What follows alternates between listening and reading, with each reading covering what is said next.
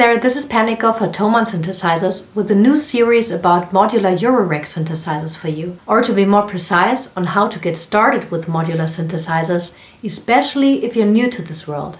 I myself started about 12 years ago with my first system when there weren't nearly as many companies and modules to choose from. So the questions I get asked the most are, how should I get started? What modules should I get? What case is the best choice for me? And so on. And to be honest, those questions are very hard to answer because modular synthesizers are highly customizable and very individual to your needs. But I will nevertheless try to answer those questions as good as possible.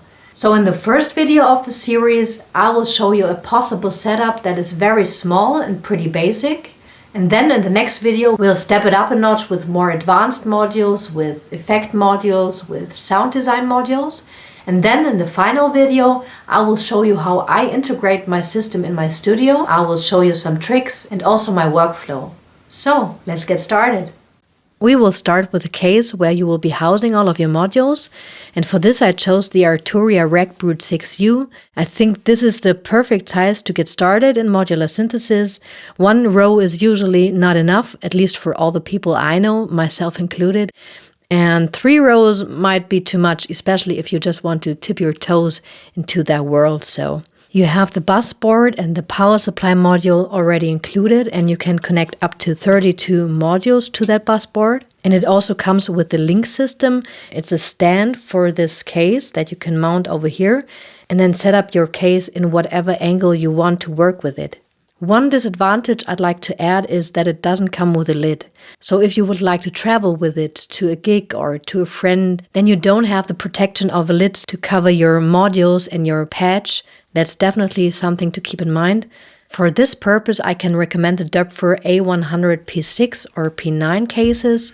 The P6 has 2 rows and the P9 has 3 rows, and it comes with a lid to protect your modules, and you could also leave your patch intact inside of it, and it has a handle on top to carry it around.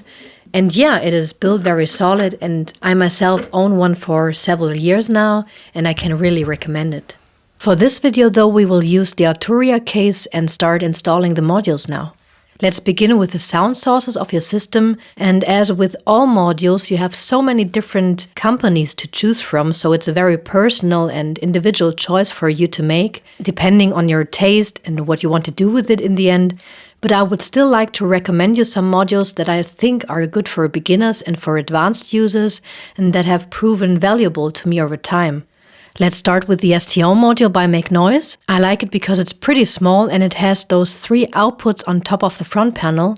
Over here you have the sine wave output. Over here is the sub-oscillator output. And on the left side you have the variable shape waveform output.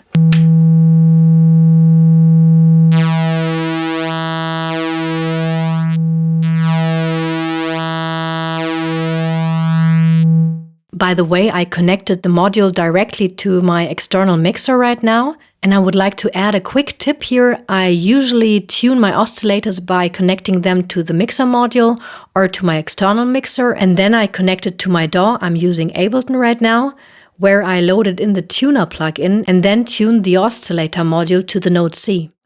Alright, now I would like to show you an alternative to the STO module. It's the dual oscillator model by Tip Top Audio in collaboration with Buchla. And as the name already suggests, you have 2 independent oscillators in there that you can use, and I really like the sound of it.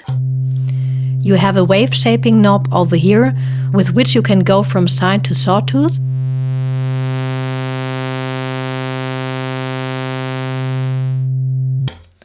And on the lower oscillator you can go from sine to square wave.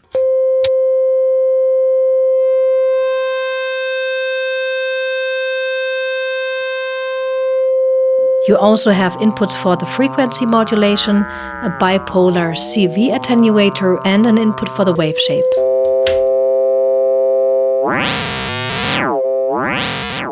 Another fantastic alternative I'd like to add is the Plates module by Mutable Instruments. It has 16 different synthesis forms included, and you can alter the sounds with these 3 knobs over here. Let's have a listen how it sounds.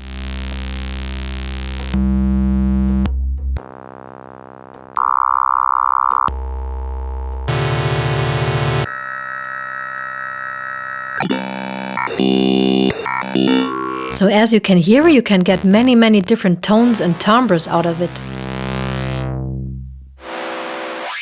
Let's get to the mixer modules now.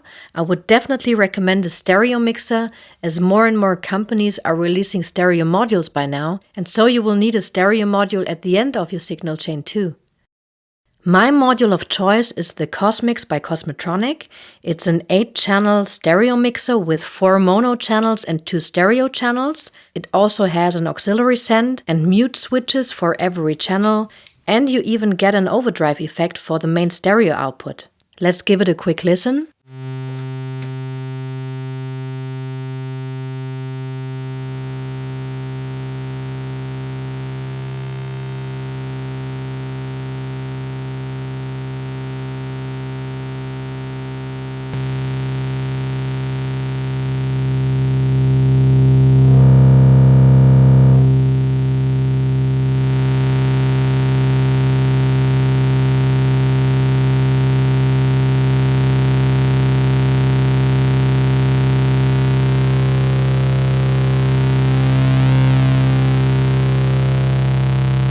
As you can hear, the overdrive effect in itself is a pretty nice addition, and I really like the option to be able to plug in mono signals or stereo signals into your mixer. Let's get to the alternative mixer now. It's a Doepfer A138S mini stereo mixer, and as the name already says, it's a pretty small module, which can be very handy in a small system, and it has 4 mono inputs and 1 stereo output with pan controls for every channel. One tiny disadvantage with this module is that you don't have a dedicated volume knob for the main stereo output, so that's something to keep in mind. I usually connect the output of my mixer module to my external mixer, which is a Soundcraft Notepad 12FX by the way, and then send it to my DAW to record it there. If you would like to rather work with a balanced output, I could recommend you the Twin Out module by Vermona, which balances signals from the Modular System and outputs a balanced signal at those 2 XLR male sockets over here. It works in stereo mode, but also in dual mono mode, and it also has a mini jack output for your headphones.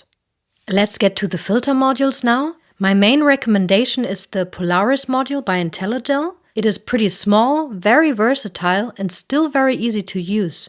So down here you have all the outputs of the module, like the low pass, band pass, high pass, and even a multi-output. And you can select what is output over here with the mode and the type knobs over here. The mode knob, where you can select between low pass, band pass, high pass, notch, all pass, and even a phaser mode. And over here you have the different types of those modes. You can, for example, select how many poles the low-pass filter should have, like 6, 12, 18 or 24 dB per octave. Let's hear what it sounds like.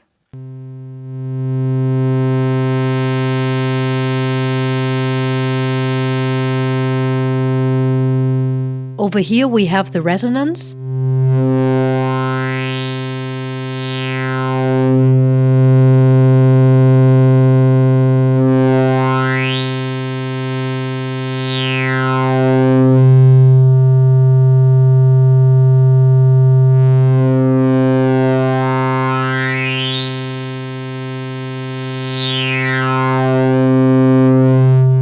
Now let's try the sub-oscillator of the STO module.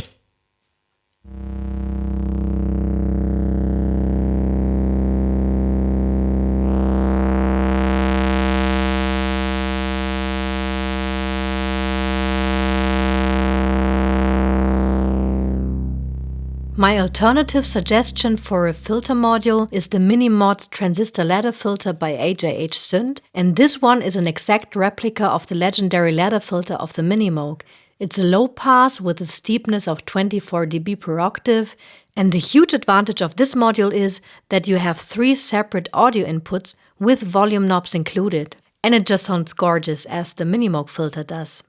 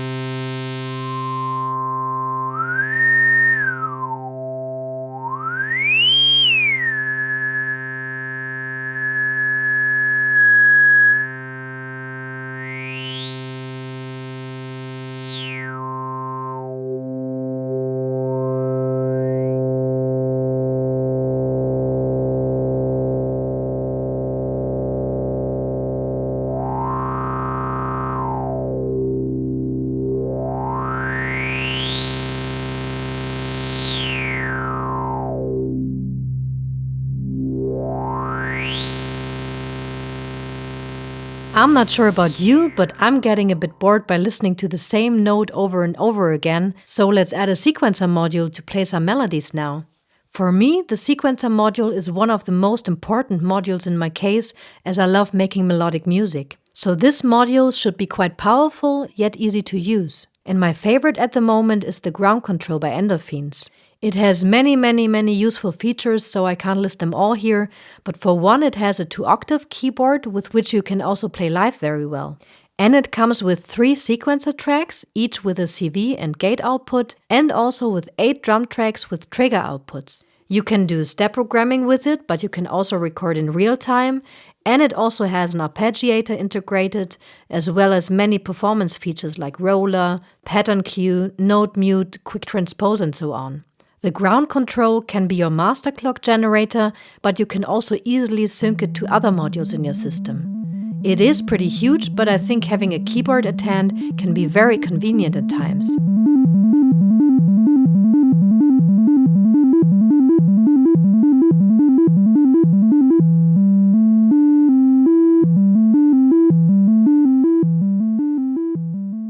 Another favorite sequencer of mine is the Rene by Make Noise, which is based on the Cartesian coordinate system. So it doesn't run from, let's say, step 1 to step 8 linearly, but jumps from location to location, depending on what is input here at the X clock and the Y clock inputs. You have a quantized and unquantized CV output, and you also have 2 gate outputs over here. This module is perfect for generative music, for example, or to come up with new melodies on the go, as you can define what notes are output on the quantized CV jack, but the order of those notes is ever-changing depending on your clock input sources. I still have the old version of the Rene as it still works perfectly, but there's already a new version out there with tons of new features. Half of the fun of a modular synthesizer is to modulate all the parameters you have in your system. There are many ways to do that, and one of the most common modules for that purpose is the LFO module. The Doepfer A147-2 has 4 different waveform outputs, as well as a voltage-controlled amplifier and even a delay unit. One disadvantage, though, of this module is that it only has one frequency for all the outputs available. Next off, I would like to hear separate notes now instead of listening to all the notes played at a constant volume level. For this purpose, we need a VCA module with audio input and audio output jacks, and most importantly, a CV input, which determines how much of the audio input signal is allowed to pass through to the audio output jack. I chose the Doepfer A135-2 for this because it's pretty small, but still has 4 VCAs integrated. An alternative to the Doepfer module is this VCA quintet mixing console by Eurorack System, which is both a mixer and a VCA module. It has 5 channels with linear or logarithmic characteristic each, and also a switch for solo, off and mix. The disadvantage with this module is that it's in mono and not in stereo. So now we have separate notes playing, but they don't sound very musical yet, and we hear pretty loud clicky noises with each note. To achieve a more natural and soft sound, we now need an envelope generator in our system. My choice for this is the Quadra module by Intelligel because it has 4 envelopes and is very easy to use. There is a newer version of this module too, by the way, which is called Quadrax.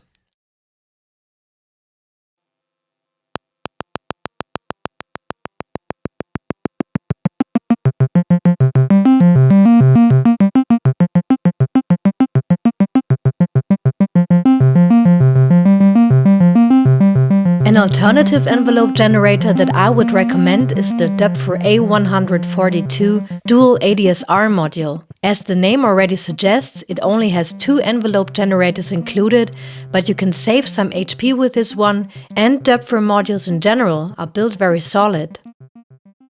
If you want to integrate your modular synthesizer into your studio setup, you should get yourself some kind of interface.